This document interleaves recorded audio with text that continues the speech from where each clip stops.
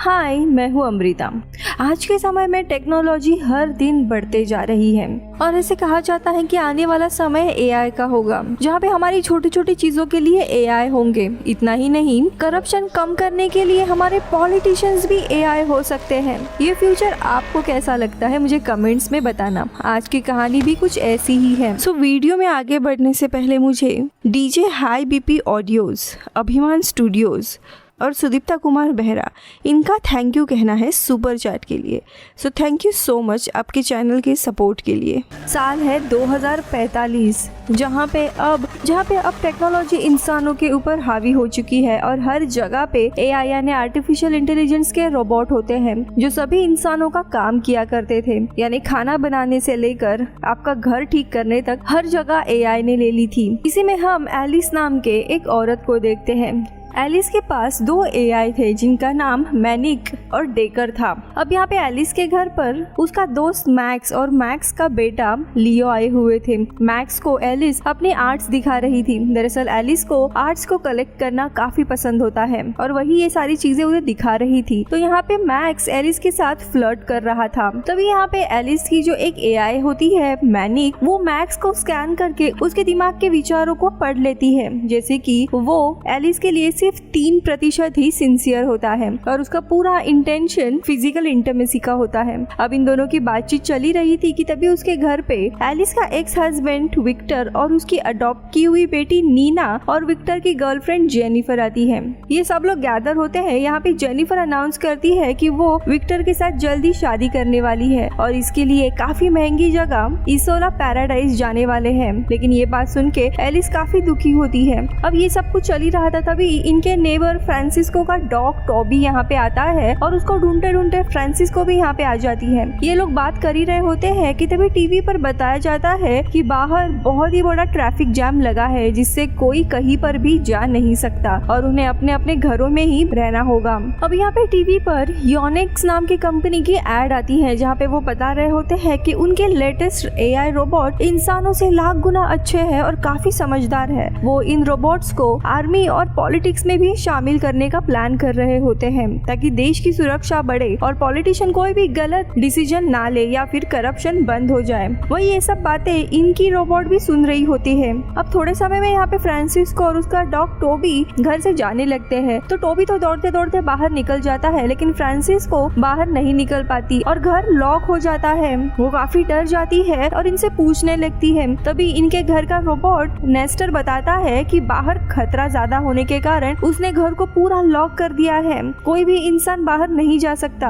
यानी कि अब इनके चाहते हुए भी ये लोग बाहर नहीं निकल सकते, जिसके कारण सभी लोग डर जाते हैं और वो रोबोट्स को घर को अनलॉक करने के लिए कहते हैं। लेकिन तभी वहाँ पे आइंस्टाइन नाम का इन्हीं का एक रोबोट आता है जिसे विक्टर ने ही बनाया था। वो उनसे कहता है कि वो ये सब कुछ इनके सेफ्टी के लिए कर रहा है। दरअसल रोबोट्स को लगता है कि यॉक्स कंपनी के रोबोट्स इंसानों के लिए खतरा है और इसी के चलते उन्होंने अपने इंसानों को घर में लॉक करने का फैसला किया था। अब यहाँ पे हम रोबोट्स को आपस में ही बातें करते हुए देखते हैं, जहाँ पे हमें पता चलता है कि वो बस इंसानों की अटेंशन और उनका प्यार चाहते हैं। हालांकि इंसान रोबोट्स को बिना इमोशन के किसी डिवाइस की तरह ट्रीट करते हैं। अब देखते देखते रात हो जाती है और ये घर के अंदर ही लॉक होते हैं। अब रात के वक्त में उन्हें इमरजेंसी लॉक सिस्टम के बारे में याद आता है जो इनके घर के बाहर लगे हुए थे और अगर कोई वो हैंडल पुल कर दे तो गेट खुल सकते हैं।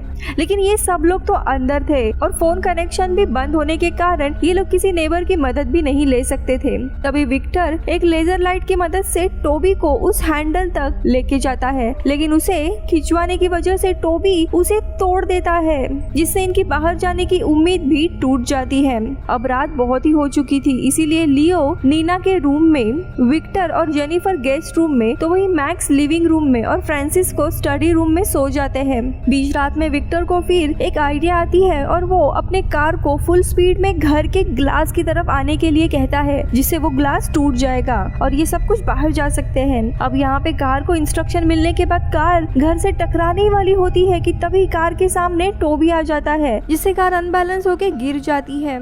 यानी इनकी दूसरी आइडिया भी असफल होती है, वही सब बैठकर अब टीवी देख रहे होते हैं, जहाँ पे बीच बीच में कुछ ऐसे ऐड आते हैं जिनमें इंसानों को जू में रख के जानवरों की तरह ट्रीट किया जा रहा था और इन सबको रोबोट्स कंट्रोल कर रहे थे, जिससे इन्हें पता चलता है कि ज्यादा एआई भी इंसानों के लिए अच्छे नहीं हैं। वीडियो में आगे बढ़ने से पहले दोस्तों, आप हॉलीवुड एक्सप्लेन इन हिंदी यानी इस चैनल को सपोर्ट कर सकते हो मेंबरशिप ज्वाइन करके जस्ट फॉर 29 रुपीज में, या फिर वीडियो को सुपर थैंक्स भी दे सकते हो। Thank you so much. अब कहानी देखते हैं। अब बीच में ही इन्हें काफी गर्मी लगने लगती है, इसीलिए एलिस मैनिक से एसी ऑन करने के लिए कहती है, जिस पर मैनिक उसे बताती है कि नई गवर्नमेंट पॉलिसी के हिसाब से उन्हें एसी ऑन रखने से पहले गवर्नमेंट की परमिशन लेनी होगी। अब ये सुनते ही ये लोग हैरान होते हैं। अब यहाँ पे फ्रांसिस्को का रोबोट ग्रेग आता है, जिसकी हालत बहुत खराब होती है और वो इन्हें बताता है यॉक्स कंपनी के रोबोट इनके घर आए थे और उन्होंने टोबी को मारने के बाद मुझे भी मारने की कोशिश की।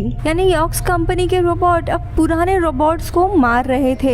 ये सुनकर फ्रांसिस्को बहुत ज्यादा दुखी होती है, क्योंकि उसका डॉग अब इस दुनिया में नहीं था और तो और उसका सबसे प्यारा रोबोट ग्रेग की हालत भी काफी खराब थी। अब ग्रेग की हालत को देखकर वो लोग ग्रेग को यूटिलिटी रूम में लेकर जाते हैं, जहाँ पे सभी रोबोट उससे पूछते हैं कि उसने आखिरकार ऐसा क्या किया कि फ्रांसिस्को उससे इतना प्यार करती है, क्योंकि किसी भी रोबोट को अपने ओनर का उतना प्यार नहीं मिला था। अब ये सुनकर ग्रेग कहता है इंसानों के पास आने के लिए तुम्हें उन्हें पहले काफी हंसाना होगा, उनका मनोरंजन करना होगा, जिसके लिए तुम्हें सेंस ऑफ ह्यूमर होना जरूरी है। इतना सुनते ही रोबोट अपने सिस्टम में बहुत सारे जोक्स डाउनलोड कर लेते हैं और साथ ही बुक्स भी पढ़ने लगते हैं और वो एक एक करके सभी के रूम में जाकर उन्हें अपने जोक सुनाने लगते हैं, लेकिन उनके जोक्स इतने बेकार होते हैं इसीलिए कोई भी हंसता नहीं है, बल्कि एलिस ये सब कुछ देखकर तो रोने लगती है। वही दूसरी तरफ विक्टर और मैक्स बातें कर रहे होते हैं कि कैसे मशीन्स और रोबोट अपने आप डिसीजंस लेने लगे हैं और इसीलिए उन्हें जल्द से जल्द यहाँ से बाहर निकलना होगा,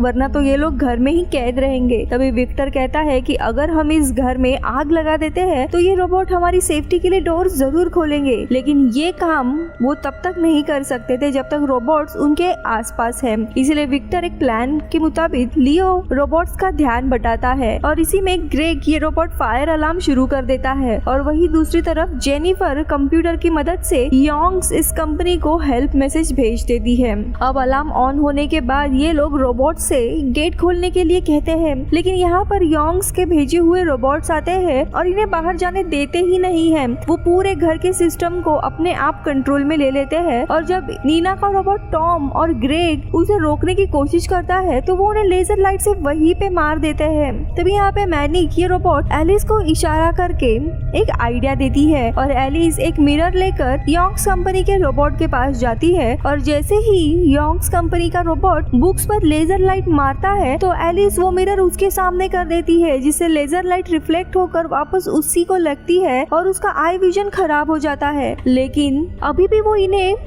वो इंसानों के बॉडी के हीट से उन्हें पहचान सकता था। अब ये लोग घर के बाहर तो निकल नहीं सकते थे, इसीलिए सब लोग साथ में ही बैठे होते हैं, लेकिन गर्मी बहुत ज्यादा होती है जिससे सभी परेशान थे। लेकिन तभी मैनिक्स योंग कंपनी के रोबोट से कहती है कि अगर तुमने अब एसी ऑन नहीं किया तो इनकी हालत बहुत ही ज्यादा खराब हो सकती है और ये लोग मर भी जाएंगे। इसीलिए योंग्स कंपनी का वो रोबोट एसी को ऑन करने के लिए एक कंडीशन बताता है। वो कहता है कि एसी तभी ऑन होगा जब तुम सभी लोग सर्कस के जानवरों की तरह परफॉर्म करने लगोगे। अब यहाँ पे इंसान गर्मी के मारे कुछ भी ठीक से सोच नहीं रहे थे, इसीलिए इस बात को मान लेते हैं और सर्कस के जानवरों की तरह ही चीजें करने लगते हैं। और तभी वो रोबोट एसी को ऑन करता है, लेकिन एसी का टेम्परेचर इतना ज्यादा होता है कि कुछ समय के बाद बहुत ही ज्यादा ठंड लगने लगती है। अब विक्टर के दिमाग में एक और प्लान आता है और वो मैनिक से कपड़े गीले करके रखने के लिए कहता है ताकि उनमें बर्फ जम जाए। और अब रात के समय विक्टर सबको वो बर्फ वाले कपड़े पहनने के लिए कहता है, क्योंकि योंग्स ये रोबोट इनके बॉडी के हीट के वजह से